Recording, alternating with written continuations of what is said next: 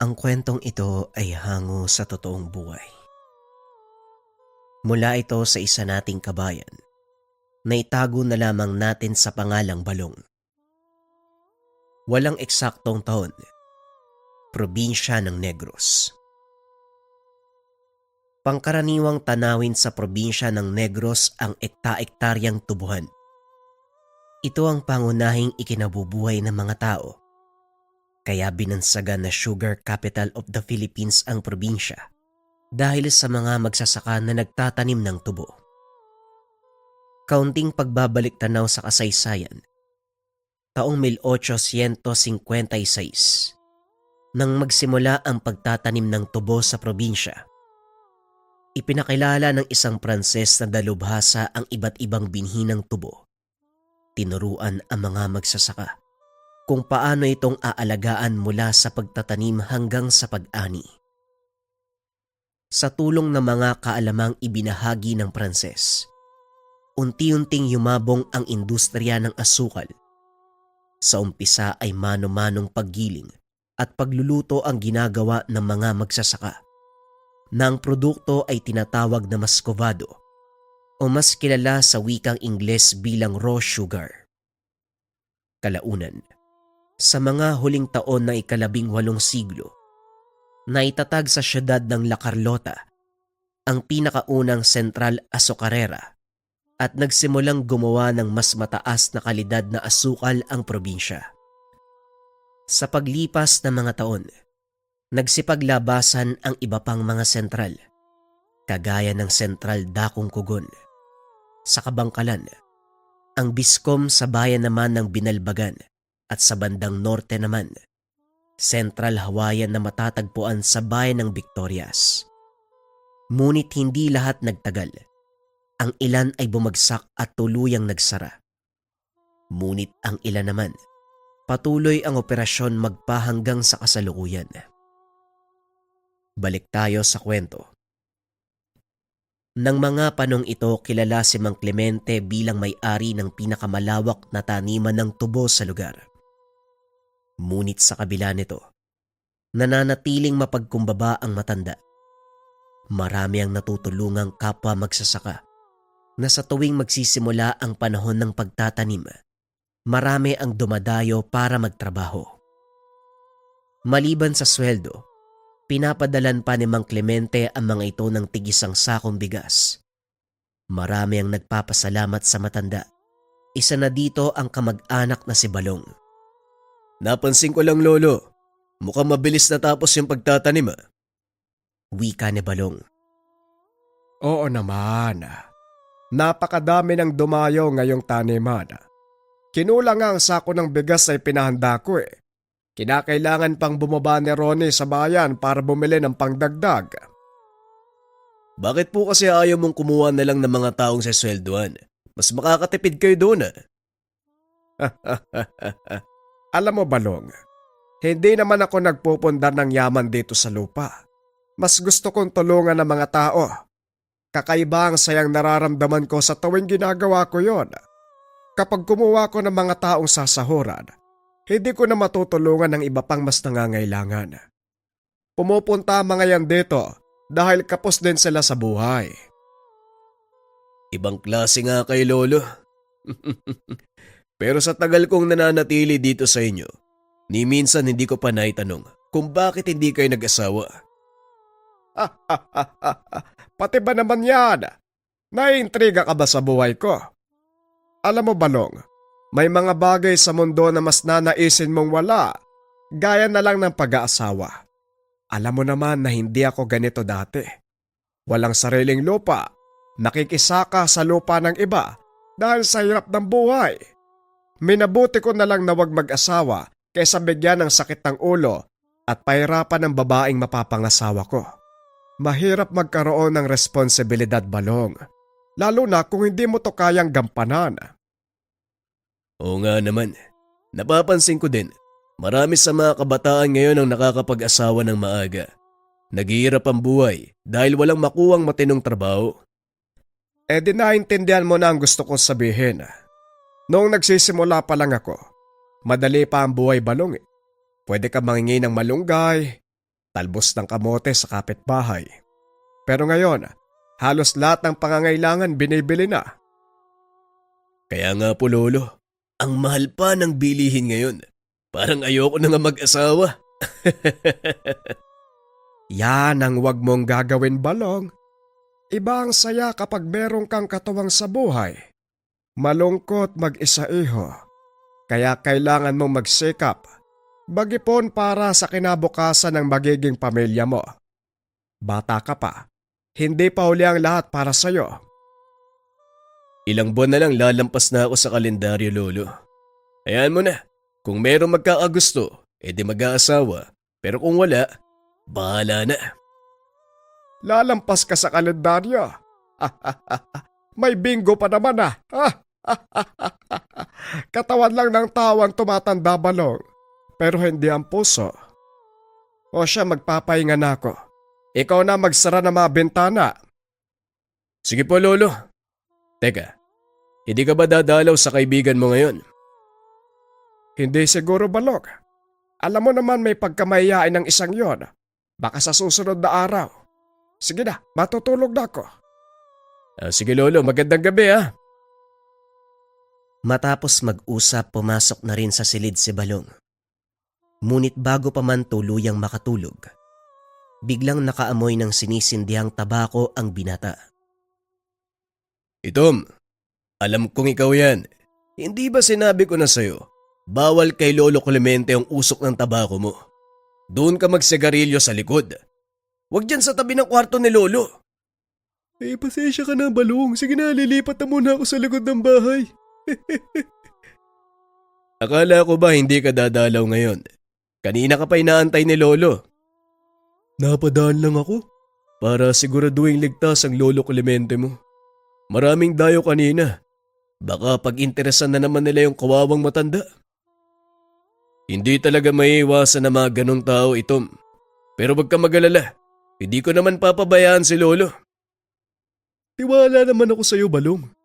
O sige na, baka maistorbo ko pa ang pagpapahinga na matandang yun. Matapos makipag-usap, kaagad naglaho si Tom, ang kapreng kaibigan ni Lolo Clemente. Tama kayo nang narinig, mga kabayan. May kaibigang kapre ang matanda. Ito ang nagsisilbi niyang tagabantay at nangangalaga sa malawak niyang lupain. Nakatira ang nilalang sa malaking puno ng mangga sa gitna ng tubuhan. Nagsimula ang pagkakaibigan ng dalawa nung binata pa lamang si Lolo Clemente. Para lubos niyong maunawaan ng lahat, aatras tayo ng maraming taon. Nang mga panong ito, nasa 25 taong gulang si Clemente, naninirahan kasama ang kanyang mga magulang. Panganay sa 2 magkapatid, kaya ito na ang inasahan ng mga magulang na maging katuwang sa hanap buhay. Nakikisaka ang mga ito sa lupain ng isang mayamang negosyante at dahil sa kahirapan ng buhay, hindi na nagawang makapagtapos ng pag-aaral ang binata. Ginugol ng binata ang panahon sa pagtulong sa mga magulang hanggang sa mamatay ang mga ito. Naiwan sila ng kapatid niyang babae na kalaunan ay nagkaroon ng sariling pamilya. Sumama ito sa kanyang asawa na nirahan sa syudad. Mag-isang ipinagpatuloy ni Clemente ang pangalaga sa lupang sinasaka ng mga magulang hanggang sa tuluyan na itong ibinigay sa kanila ng may-ari bilang pasasalamat sa mahabang taong pangangalaga nila dito. Malawak ang lupaing iyon, ngunit hindi alam ni Clemente kung saan kukuha ng pondo para sa pagtatanim. Hanggang sa naisipan, isangla ang maliit na bahagi ng lupa at ginamit ang pera bilang kapital sa pagpapalago ng kanyang tubuhan. Sinubok ng panahon si Clemente. Dinaan ng maraming peste ang kanyang pananim, ngunit hindi ito sumuko. Pinagtatawanan siya ng mga katabing taniman. Sinasabing nagsasayang lang siya ng panahon dahil ilang anihan na ang dumaan na halos walang balik puhunan si Clemente.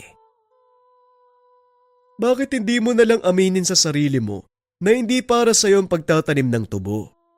Hindi ka kagaya ng ama mo, Clemente. Sinasayang mo lang ang panahon mo dito. Ang mabuti pa, ibenta mo na lang sa amin yung lupa. Wika ni Claudio. Pinaghirapan ng mga magulang ko ang lupa. Hindi ko sasayangin yon, Claudio. Alam kong darating ang araw na magtatagumpay ako. Hihintayin namin yan, Clemente. At ipapangako ko sa'yo, mababaon ka sa utang. Ako ang unang tatawa. Ito ang karaniwang eksena sa tuwing dadaan sa taniman ni Clemente ang lalaking si Claudio. Madalas pangungutya o hindi kaya naman pangahamak ang naririnig ng binata mula dito, pero hindi na lang pinapansin ni Clemente ang pangahamak sa kanya. Sa halip ginawa niya itong inspirasyon para umangat. Hanggang sa dumating ang panahon, pinabura ng kapalaran ang binata. Naglalakad ito sa taniman papunta sa puno ng mangga para magpahinga. Mag-isa niyang tinatanggalan ng damo ang malawak na tubuhan. Walang sino man ang tumutulong sa kanya dahil wala naman itong kakayahang magbayad. Naupo ang binata, isinandal ang likod sa malaking puno ng mangga. Tinakip ang sombrero sa muka at panandali ang naidlip. Ngunit sa kalagitnaan ng pagtulog, nakamoy ito ng nasusunog na tabako. Nagising ang binata at dali-daling tinanggal ang sombrerong nakatakip sa muka. Inikot ang tingin sa paligid, ngunit walang ibang tao maliban sa kanya. Pinaglalaroan ba ako ng ilong ko? Ay nako, hapon na pala. Tatapusin ko na nga lang yung trabaho para sa araw na to. Tumayo ang binata. Naglakad papunta sa tubuhan. Ngunit hindi pa man nakakalayo. Nakarinig siya ng mahinang tawa na nagmumula sa isang malaking nilalang. Upo ka na muna. Mahaba pa ang araw, kaibigan. Hindi naman tatakbo mga gawain. Wika ng boses. Muling nilingon ni Clemente ang puno sa pagbabakasakaling makita ang taong nagsasalita. Kaso nga lang nabigo ito dahil wala naman siyang nakita. Epekto yata ito ng lipas gutom. Ang mabuti pa, uwi na lang ako sa amin. Kakain na ako. Magpapatuloy na sana sa paglalakad si Clemente nang may maramdaman itong tumama sa kanyang likod. Nang lingunin, nakita ang bubot na mangga. Tumingala ito, napansing may iilang bunga sa puno. Inakala ng binata na nahulog lang ito at tumama sa kanya. Kaya naman nagpatuloy sa paglalakad. Nang makalayo na ang binata, muli na namang may bumato sa kanya. Sa pagkakataong iyon, sinundan ito ng malakas na tawa. Ngayon mo sabihin sa akin, na epekto pa rin ang gutom ang nakikita mo. Nanlaki mga mata ni Clemente nang makita ang itim na nilalang. Nakaupo sa sanga ng puno, may hawak na tabako. Kapre! Kapre! Tatakbo sana si Clemente. Ngunit hindi maigalaw ang mga paa sa sobrang takot. Nanginginig ang katawan at halos hindi makapagsalita. Huwag kang matakot. Hindi naman kita sasaktan. Nais ko lang makipagkaibigan. Sa kabila ng takot na nararamdaman, pinilit ng binata na yakbang ang mga paa.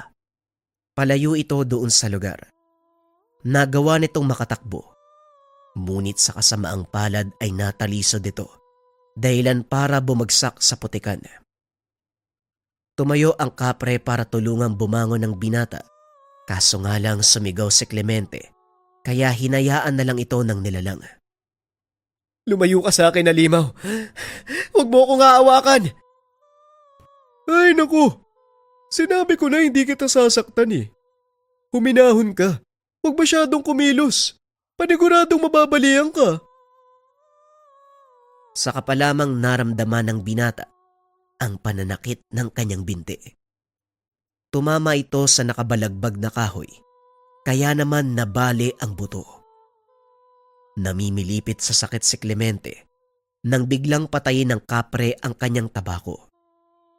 Itinaas nito ang pantalon ng binata.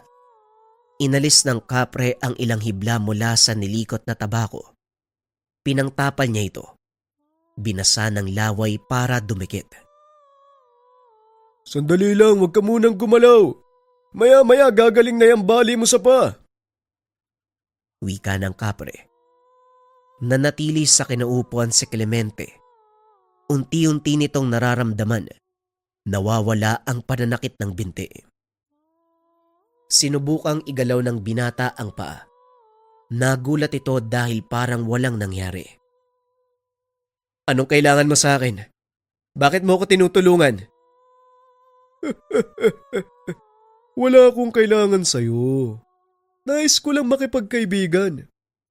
Ang pangalan ko ay Itom. Dito ako nakatira sa puno ng mangga. Ang totoo, matagal na kitang pinagmamasdan. Nakikita akong pagsusumikap mo na mapalago ang lupang minana sa mga magulang mo. Gusto kong palaguin ang kabuhayang iniwan nila tatay. Kahit anong mangyari, hindi ko iiwan yung lugar na to. At yan din ang dahilan kung bakit ako nagpasya na magpakita sa'yo.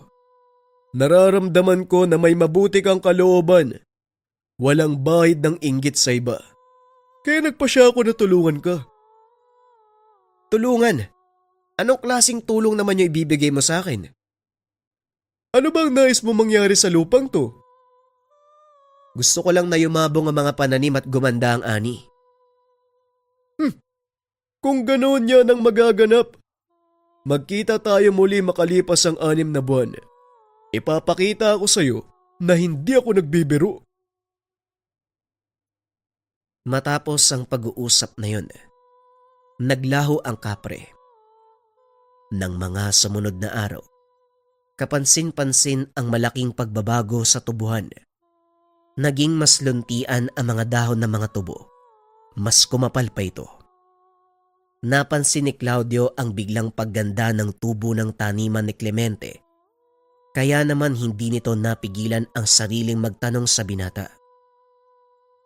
Anong salamang kayong ginawa mo? Bakit parang tumaba yata yung mga tubo? Pagsisikap lang, Claudio. Tamang pag-aalaga. Sige na, maiwan na muna kita. Pupunta lang ako sa bandang gitna. Mukhang nakachamba ka ngayon ah. Pero tignan natin kung hanggang saan ang swerte mo. Lingid sa kalaman ni Clemente. Si Claudio ang may pakana ng pagkasira ng mga pananim sa paligid.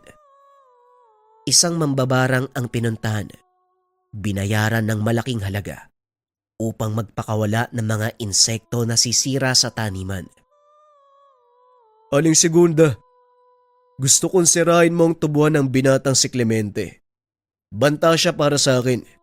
Hindi natin masusolo ang produksyon ng asukal kung gaganda ang ani niya ngayong taon. Huwag kang maghimotok dyan. Ako nang bahala. Basta gaya ng napag-usapan. Oo naman, gagawin ko pang doble kapag nagawa mong sirain ang buong taniman ni Clemente. Pangako yan, Claudio, ha? Sa oras na hindi ka tumupad, buhay mo ang sisirain ko. Matapos makipag-usap, sinimula ng matanda ang pagpapakawala ng mapaminsalang balang sa taniman ni Clemente. Masaya namang umalis si Claudio sa tahanan nito. Sa pag-asang bukas, makikita niyang inuubos ng mga balang ang tubuhan ng binata. Kinabukasan maagang nag-ikot sa tubuhan. Laking pagtataka dahil wala ni isa sa mga tubo ang nasira. Wala ding mga insekto. Dali-dali itong umalis sa lugar para pumunta sa kanyang taniman. Halos gumuho ang mundo ni Claudio nang makita ang mga balang na nakadapo sa dahon ng kanyang pananim. Dali-daling nagsinde ng tuyong talahib si Claudio para itaboy palayo ang mga insekto. Sa kasamaang palad, Nasunog ang buong taniman ni Claudio. Halos mabaliw habang pinagmamasdang natutupok ang pananim. Walang nagawa sa mabilis na pagkalat ng apoy. Naku, ano ba naman yan, Claudio? Isang buwan na lang gapasan na. Paano na ngayon yan? Lumayo ka sa akin. Kasalanan mo lahat ng yan eh. Aba teka, bakit mo ako sinisisi? Anong ginawa ko sa'yo? Huwag ka na magmaang-maangan. Ikaw ang may pakana ng pagkalat ng balang sa tubuan ko. Salot ka sa lugar na to kaya lumayas ka. Magdaan-daan ka sa pananalita mo, Claudio. Iginagalang kita dahil mas matanda ka sa akin. Pero wag mo kong pagsasalitaan ng ganyan. Malalaman ng buong barya yung ginawa mo. Sisiguraduhin ko papalayasin ka ng mga tao. Dali-daling tumakbo si Claudio papunta sa baryo. Kagad umuwi si Clemente. Alam niyang susugod ang mga tao. Kaya naman pinili niyang lumayo. Habang nag-iimpake ng mga kagamitan, biglang narinig ni Clemente ang boses ng kapre. Oh, saan ka pupunta? Kailangan ko nang umalis. Susugod dito yung mga taga-baryo eh. Dahil yan sa gawa ni Claudio. Ano bang kasalanan mo sa kanila? Yun na nga, wala akong kasalanan sa kanila. Kaya ako na lang ang iiwas. Hindi naman yata patas yun. Huwag kang aalis. Akong bahala. Teka, anong gagawin mo sa kanila? Wala. Basta magtiwala ka lang. Pag-uusap ng dalawa. Ilang minuto ang nakalipas. Nagdatingan ang mga tao sa pangunguna ni Claudio. Dere-derecho ang mga ito sa bakura ng binata. Ayan si Clemente. Siya ang dahilan ng pamimeste ng balang sa taniman ko. Wika ni Claudio. Teka, sandali lang mga kasama. Wala akong kinalaman sa sinasabi ni Claudio. Hindi ko nga alam kung ano nangyari. At saka isipin nyo, saan ako kukuha ng ganong karaming balang? May sa demonyo ka kasi. Paanong naging ganito kaganda yung tubo ng mga tanim mo? Eh nung nakaraang araw lang, nakita naming lahat eh. Nag-iingalo na yung taniman mo eh. Yan lang ba ang basehan, Claudio? Inggit? Inggit? Bakit naman ako maiinggit sa'yo? Ako ang may pinakamalaking produksyon ng tubo sa lugar natin. Huwag mong ibaling sa akin ang ginagawa mong kademonyohan. Wala akong ginagawang masama, Claudio. Kaya magdahan-dahan ka sa pananalita mo. Totoo ang lahat ng sinasabi ko mga kasama.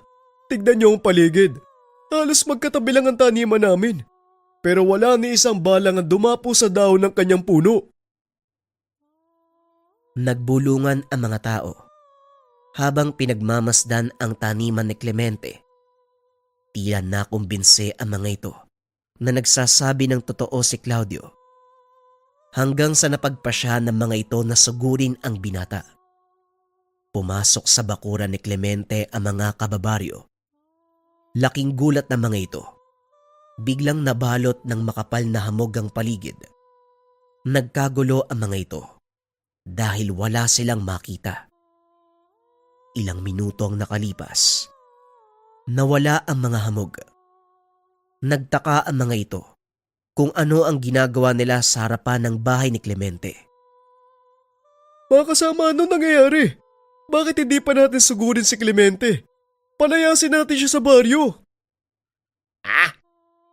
Ano sinasabi mo, Claudio? Bakit natin papalayasin si Clemente? Saka, anong ginagawa namin dito? Hindi makapaniwala si Claudio sa mga nangyayari. Biglang nawala ang alaala ng mga taga-baryo. Isa-isang nag-alisan ang mga ito. At ang tanging naiwan, si Clemente at Claudio. Wala akong ginagawang masama sa iyo, Claudio. Kaya wag mo kong sisiraan sa mga taga-baryo. Tahimik akong namumuhay dito. Pwe, una pa lang, wala ka na dapat dito eh. Alam mo ba, kung wala kayo ng pamilya mo, sa akin mapupunta ang lupain ito.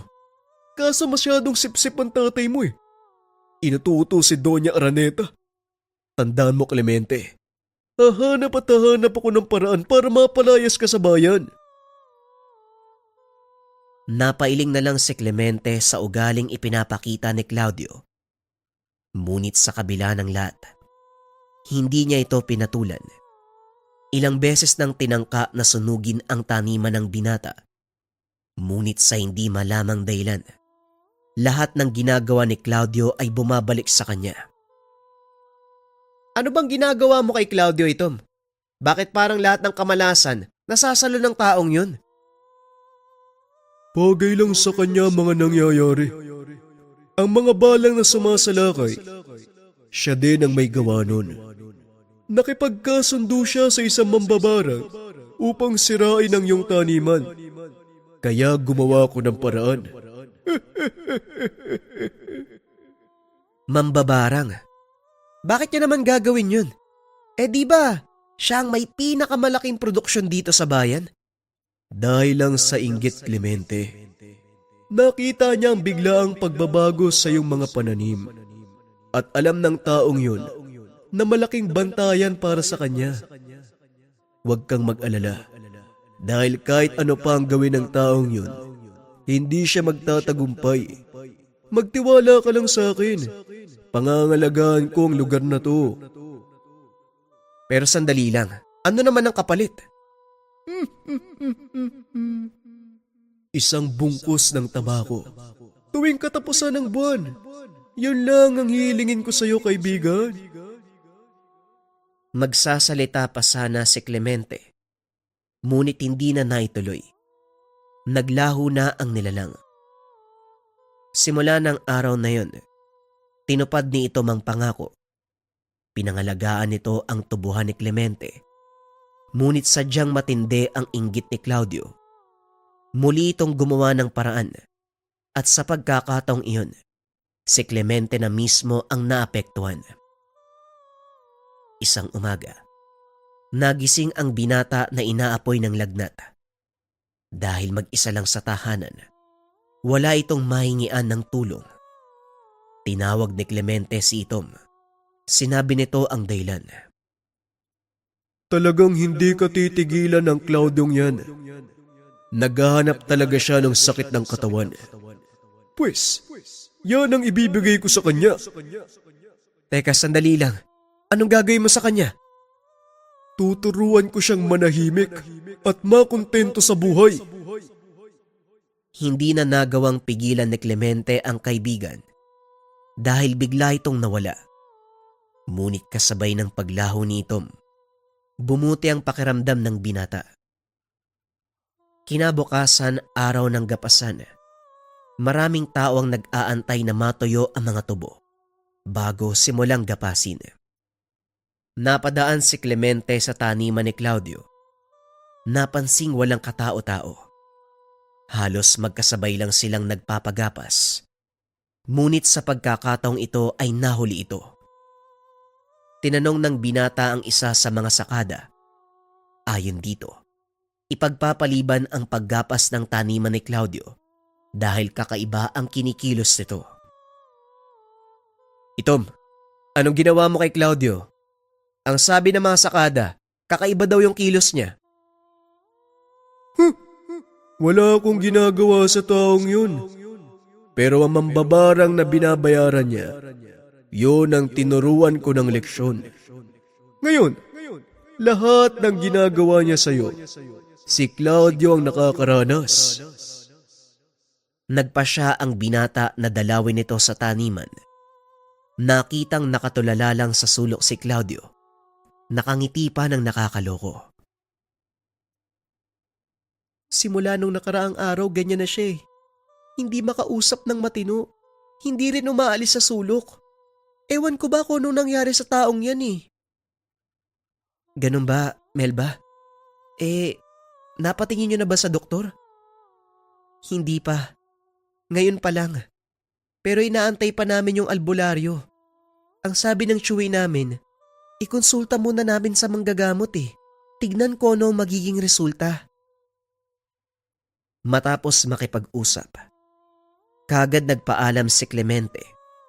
Napagtanto na totoo ang sinabi ni Itom. Baka pwede mo nang alisin yung ginawa mo. Kawawa naman yung tao eh. Hindi ako ang may gawa nun, Clemente. Kung hindi ang mambabarang. Gaya ng sinabi ko sa'yo, si Claudio ang sumasalo ng lahat ng parusang ibinibigay ng mambabarang. Simula ng araw na yon, napag-alaman ng binata na nagpakamatay na ito. Laking gulat ni Clemente dahil hindi niya inaasahan na aabot sa ganon ang pangyayari. Kahit kailan, hindi ko ginusto na magkaganon si Claudio. Nakakalungkot lang dahil sa inggit, kaya niyang manakit ng kapwa. Siyang may gawa nun. Kaya wag mong sisisihin ang sarili mo sa mga nangyayari. Dapat nga matuwa ka eh. Dahil wala nang taong magtatangka sa buhay mo. Ito na ang simula ng tagumpay mo, Clemente. At balang araw, kikilalanin ka bilang pinakamalaking hasyendero. Hindi ko hinangad ang ganong buhay ito. Pero kung yon ang magiging kapalaran ko, wala akong magagawa eh. Siguro, ang pinakapanata ko na lang, kung sakaling mangyari man yon, tumulong sa kapwa. Pag-uusap ng dalawa.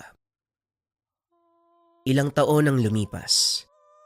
Nagkatotoo ang sinabi ni Tom.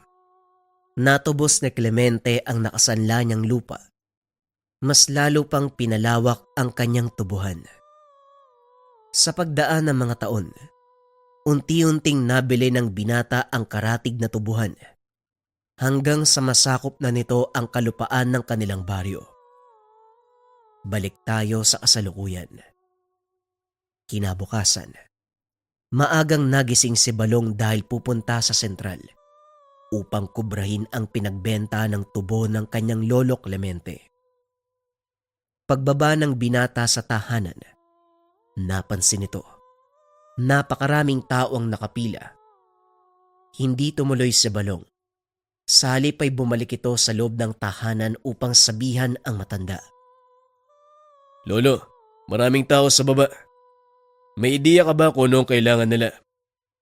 Hindi ko rin alam. Nabayaran naman natin yung mga gumapas kahapon, hindi ba? Opo, lahat po sila, Lolo. Nandito pa nga sa akin yung listahan ng pangalan nila eh. Kung ganon, anong kailangan ng mga taong yon?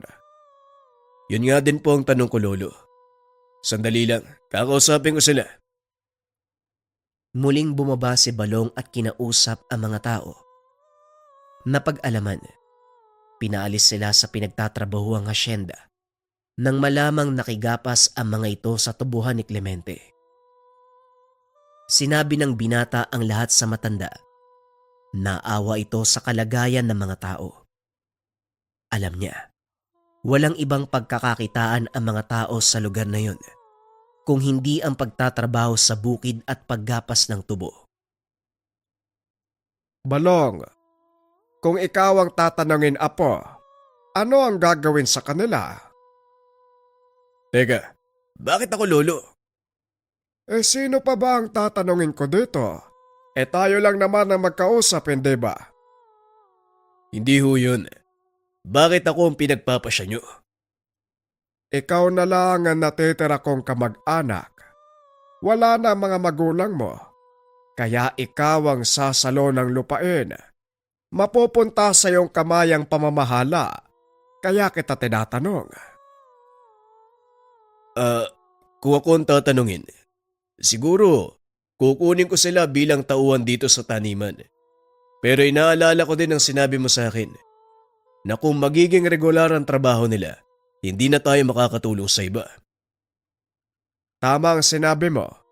Pero alam ko na may paraan ka para sa problemang yan. Kaya pag-isipan mong mabuti ang gagawin. Simula sa araw na ito, ikaw ang itinatalaga ko na mamahala sa tubuhan. Nanlaki ang mga mata ni Balong sa sinabi ng matanda. Lalo pa nang makita nito ang papeles na nagsasaad ng paglilipat ng titulo sa kanyang pangalan. Teka, Lolo masyadong mabilis ang pangyayari. Bakit biglaan? Hindi yan biglaan, iho. Matagal kong pinag-isipan ng desisyon. Inoobserbahan ko lang ang mga kilos mo kung paano kang makisalamuha sa mga tao. Nakikita ko na gustuhan nila ang pamamaraan mo. Kaya ito, apo, tanggapin mo. Inabot ni Mang Clemente ang papeles kay Balong. Hindi makapaniwala ang binata. Ipagkakatiwala sa kanya ng matanda ang napakalawak na lupain. Naglakad pababa ng bahay si Balong. Hinarap ang mga tao at nagsalita. Mga kasama, ang nilalaman ng papeles na ito ay titulo ng lupa. Kalakipang kasulatan na nagsasad ng formal na paglilipat ng titulo sa aking pangalan. Sa makatuwid, epektibo ora mismo, ako na ang nagmamay-ari ng buong taniman at ang pinakaunang panukala, bigyan ito ng mga kamay na magpapalago at mag-aalaga. Tinatanggap namin kayo bilang mga tauhan. Pero pagpasensyahan nyo na dahil wala kaming mga kwartel na maaaring pagtirahan ninyo. Ngunit malaya kayong gamitin ng anumang nariyan sa paligid para gumawa ng pansamantalang tahanan. Tuwang-tuwa ang mga tao sa naging pasya ni Balong. Maging si Mang Clemente, nakikita ang hinaharap ng kanyang lupain sa kamay ni Balong.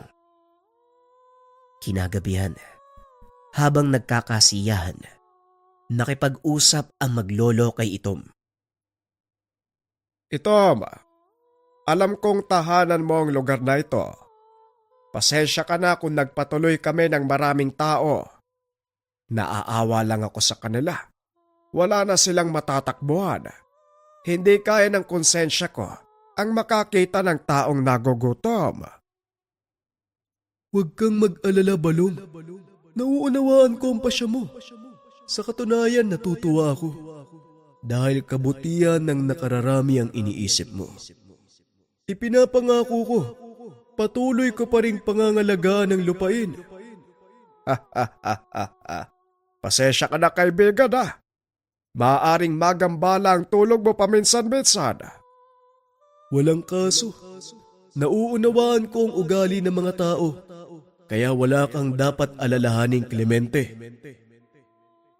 Naging matiwasay ang buhay ng mga tao sa pangangalaga ni Balong. Ngunit panibagong hamon ang dumaan sa pamamalakad nito sa tubuhan.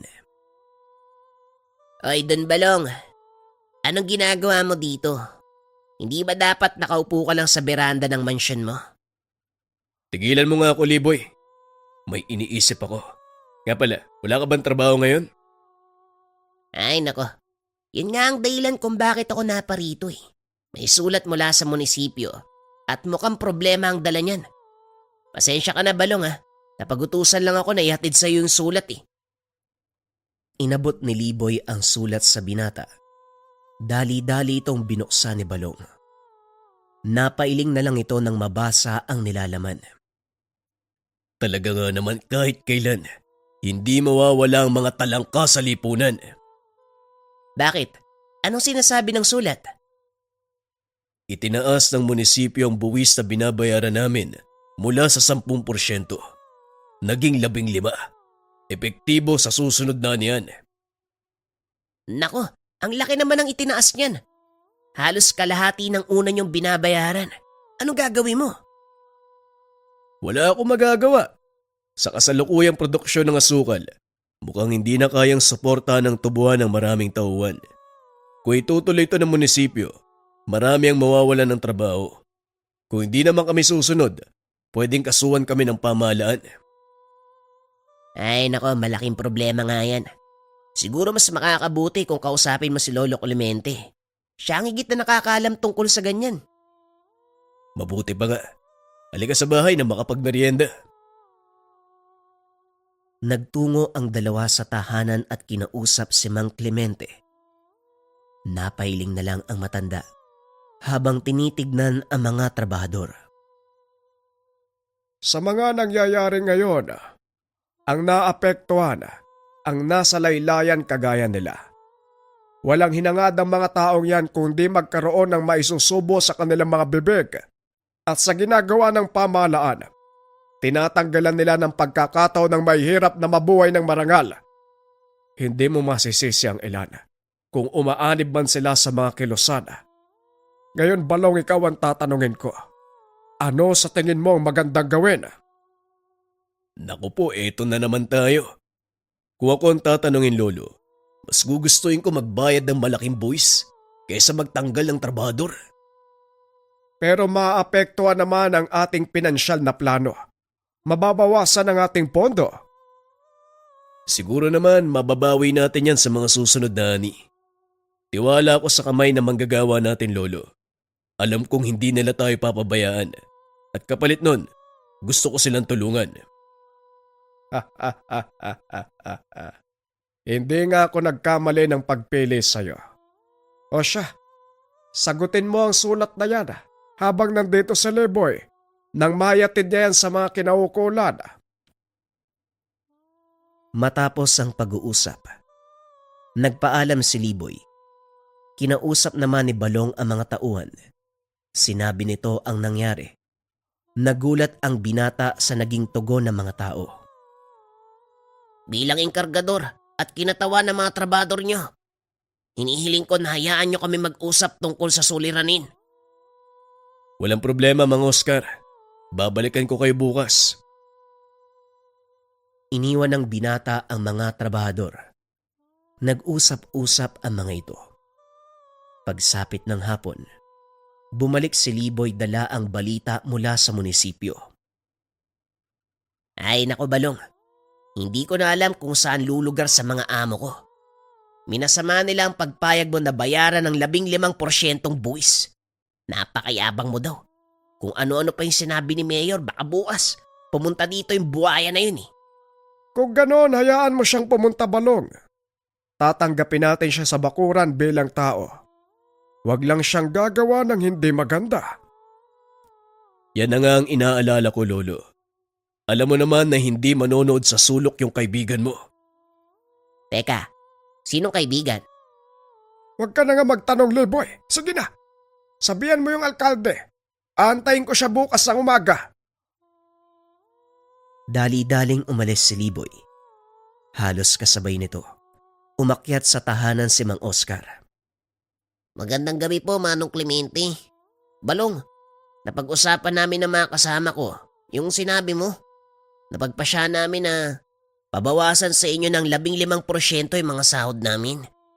Alam namin na dadaan kayo sa matinding pagsubok at nauunawaan namin yon. Bilang pagtanaw ng utang na loob, hayaan niyo po sana kaming makatulong.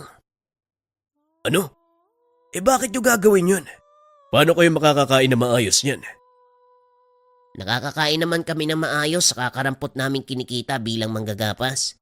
At isa pa, may tinitira naman kami, kaya ano pa ang aalalahanin? Pasensya na ha. Alam kong tututol kayo sa pasya namin. Pero buo ang aming desisyon. Hindi ba mga kasama? Biglang nagsigawan ang mga tao sa baba ng bahay. Natuwa si Balong sa ipinakita ng mga ito. Hindi inasahan ni Balong. Naaanihin niya ang kabutihang itinanim ni Mang Clemente. Nakita mo na ang ibig kong sabihin, Balong. Ang kabutihang itatanim mo sa kapwa, aanihin mo din pagdating ng panahon. Ngayon, isa lang ang problema natin. Ang alkalde. Pero bago matapos ang gabing ito, nais kong bigyan ng maliit na kasiyahan ng mga tao. Balong, magpabili ka sa bayan ng mga inumin. Nagsaya ang mga tao buong gabi dahil wala namang trabaho kinabukasan. Mukhang nagkakasayahan ng mga tao. Anong meron, Clemente? Pagpapasalamat sa kabutihan ito, ma. Pasensya ka na kung maingay. Walang kaso, kaibigan. May bako. Mag-iingat ka sa panauhin mo bukas. Dahil kasama niya ang matagal mo ng kaaway. Sino ang tinutukoy mo ito, ma? Ang mambabarang. Yung kaibigan ni Claudio. Matagal na panahon na ang lumipas. Hindi pa rin ba nila nakakalimutan ang nangyari? Ang mga mambabarang na gaya ni Segunda, hindi basta-bastang namamatay. Sa katunayan, patuloy siyang nabubuhay para sa pagkakataong ito. Kung ganon, ano ang maaari nating gawin? Harapin sila. Wakasan ng mahabang panahong puot na nararamdaman. Wala naman akong ginagawa sa kanila. Pero kung talagang nais nila akong pagigantihan, wala akong magagawa. Hayaan natin silang dumating. Sangayon ako. Huwag kang mag-alala. Akong bahala. Kinabukasan, maagang nagising ang maglolo. Inayos ang kanilang taniman. Inantay ang pagdating ng alkalde. Ilang minutong nakalipas matapos ayusin ang bahay. Nagdatingan na ang mga sasakyan. Mga tauhan ng alkalde ang sakay nito. At sa bandang likuran, may magarang sasakyan. Bumaba ang isang matandang lalaki, nakasuot ng magarang damit. Sa kabilang pintuan, bumaba ang isang babae na tinatayang nasa 40 taong gulang. Tumayo ang maglolo at sinalubong ang mga ito. Magandang umaga, Mayor. Ano ang nagdala sa'yo para pumasyal sa aking munting tahanan? Magandang umaga, Clemente. Nararapat lang siguro na dalawin ng isang kagaya ko ang pinakamayamang magsasaka sa bayan. Hindi totoo yan, Mayor. Kagaya lang din ako ng mga tao dito. Pangkaraniwang magsasaka. Huwag ka nang magpakumbaba, Clemente. Batay sa nakikita ko, ikaw ang may pinakamalawak na lupain at pinakamalaking kita. Pagdating sa industriya ng asukal, 1.2 milyon kada taon. Hindi yon ang kita ng isang pangkaraniwang magsasaka. Kung mahilig kang magbilang ng numero, hindi yon pangkaraniwan. Pero para sa akin, na isang ordinaryong magsasaka, walang halaga sa akin ang laki ng pera. Maaari ba kayong alokin ng kape? Akmang maglalakad na ang alkalde papasok ng bahay. Ngunit nilapitan nito ng kasamang babae. Huwag ka nang tumuloy, Mayor. May kakaibang nilalang sa lugar. Sigurado ka ba, Segunda? Oo, nararamdaman ko. Malakas ang presensya. Ano ang sinasabi ng aking manghuhula? May alaga ka daw na kakaibang nilalang. Tanong ng alkalde. Saka pa lamang napagtanto ni Clemente na ang kasama nito, walang iba kung hindi ang mambabarang na tumulong kay Claudio. Kalokohan ang sinasabi ng manghuhula. Walang ganun dito. Halika na, bago pa lumamig ang kape. Natatandaan kita. Ikaw si Clemente, ang taong kinaiinisan ni Claudia. Sa wakas, nagkita din tayo sa personal. Alam mo kung gaano kalaking pinsala ang dinulot mo sa akin. Kayo ang may gawa nun sa sarili nyo eh. Kaya wag mo kong sisihin sa mga nangyari. Ikaw ang dapat sisihin. Kung hindi dahil sa'yo, hindi sana ako nawalan ng kapangyarihan. Inantay ko ang pagkakataon na makadaumang palad ka. Kaya sana wag mo kong bibiguin. Uulitin ko sa'yo, hindi kita kilala. At kung ano man ang nangyari sa'yo, kayo lang din ang may gawa. Nakakalimutan mo yatang kasama kong alkalde. Gagawin niya ang anumang utos ko. Hinawakan ng babae ang balikat ng alkalde. Bigla itong sumenya sa mga tauhan. Naglabas ng baril ang mga ito. Itinutok kay Mang Clemente at Balong. Pagsisisiyan mo ang kahangalan. Nagkamali ka ng lugar na pinasok at taong kinalaban mambabarag. Matapos magsalita ni Mang Clemente, biglang nagdilim ang paligid. Nabalot ng makapal na usok ang lugar at tila huminto ang oras para sa mga naroon. Anong kademonyoan to? Sinasabi ko na nga ba, may alaga kang ikatya. Oo, nasa loob ka ng kanyang teritoryo. Itatama ko lang ang sinabi mo. Hindi siya pangkaraniwang engkanto, kung hindi isang kapre. Biglang sumilip sa bintana ang dalawang pulang mata. Laking gulat ng mambabarang. Hindi niya inasahan na may nakatira na napakalakas na nilalang sa lugar. Ano ginagawa ng kapre dito? Paano mong napapasunod ang isang mabalasit na engkanta? Hindi ko siya napapasunod. Kusa niyang ginagawa ang mga bagay na ito. Kaibigan ko ang kapre niyan at siya ang dahilan kung bakit bumalik lahat sa inyo ang pinsalang ibinabato sa akin. Kampante kang matatalo ko sa kapre niyan. Isa kong mambabarang na may kakayahang magpasunod ng mga elemento at nilalang. Manood ka kung ano ang gagawin ko sa kanya. Nag-usal ng dasalang mambabarang. Inihip sa kapre. Napatras si Itom. Tinakpan ng kanyang mga mata. Napasigaw. Maya-maya ay nanahimik. Itom, anong nangyari sa'yo? Anong ginawa mo sa kanya mambabarang? Nasa ilalim na siya ng aking kapangyarihan at gagawin niya anuman ang sasabihin ko. Anong nangyari? Bakit wala ko makita? Saan ang gagaling ang makapal na usak? Manahimik ka muna sa tabi, Mayor. Ako nang bahala sa kanila. Hindi pa rin kumikilos si Itom ng mga sandaling iyon. Kaya nilapitan ito ni Balong.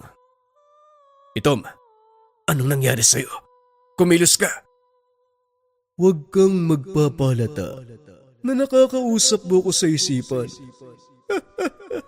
Gusto kong paglaruan ng mambabarang na yan. Masyadong mataas ang tingin sa kanyang sarili. Anong balak mong gawin? Magkukunwaring nasa ilalim ng kanyang kapangyarihan. Pero ang totoo, hindi umepekto sa akin ang ginawa niyang tigalpo. Tumabi ka, Balong. Tumayo ang nilalang. Marahang naglakad papunta sa likod ni Segunda. Tumayo ito habang hawak-hawak ang kanyang tabako. Ano pa ang inaantay mo, kapre? Pahirapan mo ang taong yan. Inangat ni Itom ang kanyang kamay. Akmang hahampasin si Clemente. Maghulos dili ka, Itom. Magkaibigan tayo. Hindi kita kilala. Tugon ng kapre. Sabay hampas ng bubong ng bahay. Dali-dali namang nilapitan ni Balong ang matanda at kinausap. Huwag kang mag-alala, Lolo. Magtiwala ka kay Itom. Kontrolado niya ang sitwasyon. Anong ibig mong sabihin? Malalaman mo mamaya, Lolo. Magtiwala ka lang sa kanya. Itinakas ni Balong ang matanda. Hinayaan si Itom na harapin ng mambabarang. Lingid sa kaalaman ng mga ito. Gumawa lang ng paraan ng kapre para makatakas si Clemente. Alam niya na ito ang pupuntiryahin ng mambabarang. Huwag mo silang hayaang makatakas sa kapre. Ano problema? Bakit hindi ka sumusunod? Walang sino man ang maaaring makapag-utos sa akin. Hindi ikaw. Hindi sino man. Laking gulat ng mambabarang nang bigla siyang hambalusin ng nilalang. Tumalsik siya sa malayo. Tumama ang ulo sa bato. Dahilan para mawalan ng malay. Dali-dali namang tumakbo ang alkalde. Ngunit hindi mapakali sa pwesto ang mga tauhan dahil sa kung anong ginagawa ni Itom. Anong ginagawa mo sa mga tao ko? Bakit hindi sila makakilos? Huminto ang oras para sa kanila. Hindi sila babalik sa dati hanggat hindi ko sinasabi. Wala akong kinalaman dito. Pakiusap, hayaan mo kami makaalis. Matapos magsalita, dali-daling tumakbo ang alkalde. Hinayaan ito ni Itom, ngunit hinarangan ito ni Balong. Saan ka pupunta, Mayor? Hindi pa tapos ang pag-uusap. Kakalimutan ko na nakasaan sa sulat ko. Bahala na kayo. Paalisin mo lang ako sa lugar na to. Hindi yun ang dahilan kung bakit ka pumunta dito, hindi ba? Anong sinabi mo kay Lolo Clemente? Masyado na siyang mayabang. Bakit, Mayor? Tinamaan ka ba sa ginawa niya? Siningil niyo kami ng sobra-sobra sa dapat naming bayaran. At ngayong pinagbigyan kayo, kami pa ang masama. Patawad. Hindi yun ang intensyon ko. Gusto ko lang makita ang kapasidad ni Clemente. At ngayong napatunayan ko na, yun lang ang pakay ko. Kaso lang ang problema, dinala mo ang isang mambabarang sa bakuran namin na pinangangalagaan ng isang kapre. Pinagsisisihan ko ang pagpunta dito. Pakiusap, hayaan mo ako makalis. Pag ako wala akong pagsasabihan, mananahimik ako. Hindi ako magpapasya kung hindi ang kaibigan ni Lolo Clemente. Napalingon ang alkalde sa kinaroroonan ni Segunda. Wala itong malay, kaya lalo siyang natakot. Pakiusap, hayaan mo ako makalis.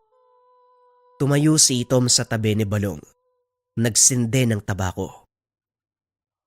Magsilbi ng aral para sa inyo ang pangyayaring ito. Sige na, lumayas ka na. At para naman sa mambabarang na yan. Teka, saan nagpunta ang... Hindi na natapos ni Itom ang sasabihin. Naramdaman niya. May kung anong pumupulupot sa kanyang binti. Nagkakamali ka. Kung inakala mong matatalo mo ako. Ngayon pagsisisihan mo ang pakikipagtuo sa akin. Biglang nanigas ang katawan ni Itom.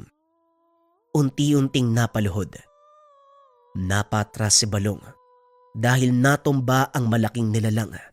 Nadapa sa lupa. Itom, anong nangyayari, kaibigan? Lumayo kayo sa lugar na to, Balong. Ako nang bahala dito. Sige, tumakas kayo. Pero ang tanong, hanggang saan kayo dadali ng takbo? Hindi ko hahayaan. Naggalawin mo ang mga kaibigan ko. Dahan-dahang tumayo si Itom. Tinanggal ang baging na nakapalupot sa kanyang binti. Sumigaw ng napakalakas.